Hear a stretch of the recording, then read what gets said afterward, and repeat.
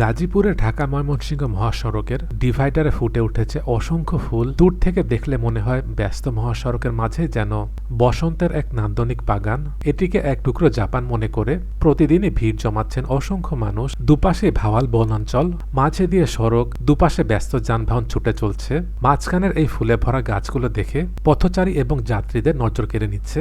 অনেকেই ছবি তুলছেন, আবার কেউ কিছু সময় দাঁড়িয়ে এই জায়গাগুলো উপভোগ করছেন। জানা গেছে 7 থেকে 8 বছর আগে ঢাকা ময়মনসিংহ মহাসড়কটি 4 লেনে উন্নীত করার সময় এক লেনের গাড়ির হেডলাইটের আলো যাতে বিপরীত লেনের গাড়িতে না পড়ে সেজন্য ডিভাইডারের উপর দেশি বিদেশি বিভিন্ন প্রজাতির ফুল গাছ রোপণ করা হয়। এসব ফুল গাছের মধ্যে ছিল নয়নাভিরাম সোনালু, কাঞ্চন, কৃষ্ণচূড়া, রাধাচূড়া, কদম, পলাশ, বাগানবিলাস, হৈমন্তী, কুরচি, টগর, জবা, বকুল, কবরী, জারুল ও জাপানি চেরি গোত্রের ক্যাসিয়া রেনিজেরা। আজ থেকে 3-4 বছর আগে পলাশ, জারুল, সোনালু, রাধাচূড়া, বাগানবিলাস, বকুল ফুল ফুটে যাত্রীদের মুগ্ধ করে। গত বছর কিছু গাছে অল্প কিছু জাপানি ক্যাসিয়া রেনিজেরা ফুটেছিল। এবার শীত বিদায় নেওয়ার পরপরই 3 প্রজাতির ক্যাসিয়া রেনিজেরা ফুটতে শুরু করে। তুলোর মতো হালকা সাদা, হালকা গোলাপি ও গাঢ় গোলাপি ফুলে এই সড়কটির সৌন্দর্যই যেন অন্যরকম হয়ে গেছে।